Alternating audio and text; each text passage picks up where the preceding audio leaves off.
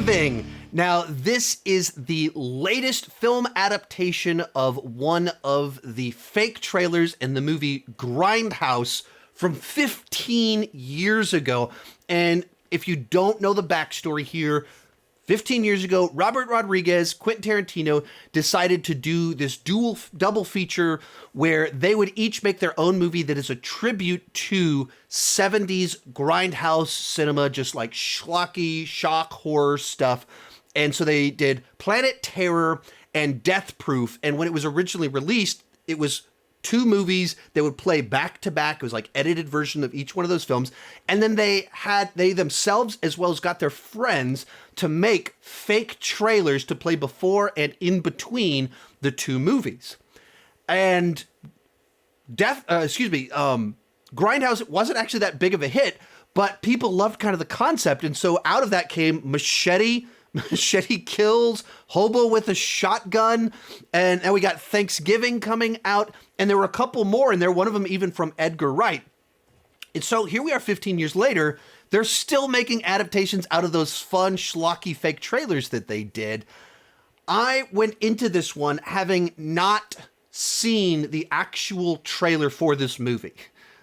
I've seen Grindhouse, and so I believe many years back I saw the original trailer that Eli Roth did for this, the fake version of it, but I went in, I didn't really know what the movie was, other than Grindhouse trailer, Eli Roth, slasher, and I had a lot of fun with this movie.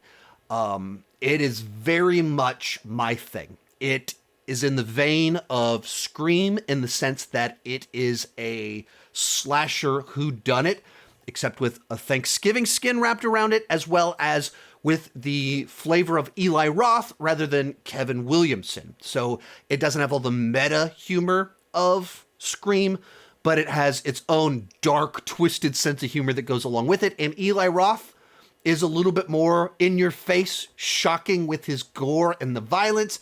So you get more of that in-your-face violence to it.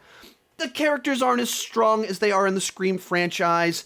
The dialogue certainly isn't as fun as you get over there, but just the extremeness of it, of the shock value of some of it, the ride itself worked for me. And I think the kills here are much more memorable, generally speaking, than what you get from the Scream franchise, because Eli Roth is good at that sort of thing. And there's just enough of a freshness to it because we have a new killer, a new setting. And so it gives me that Scream experience without being a Scream movie. So I had a lot of fun with it. It's pretty predictable. Like, you're like, oh, okay, I think I see exactly where you're going with this. I think there might be some... I need to rewatch it, but I'm not sure the logic of the final villain reveal works in light of a certain scene in the movie. But I got exactly what I wanted out of an Eli Roth slasher Thanksgiving whodunit. And I believe this is my favorite of the Grindhouse films, and that means it's better than a movie from Tarantino and a couple from Robert Rodriguez.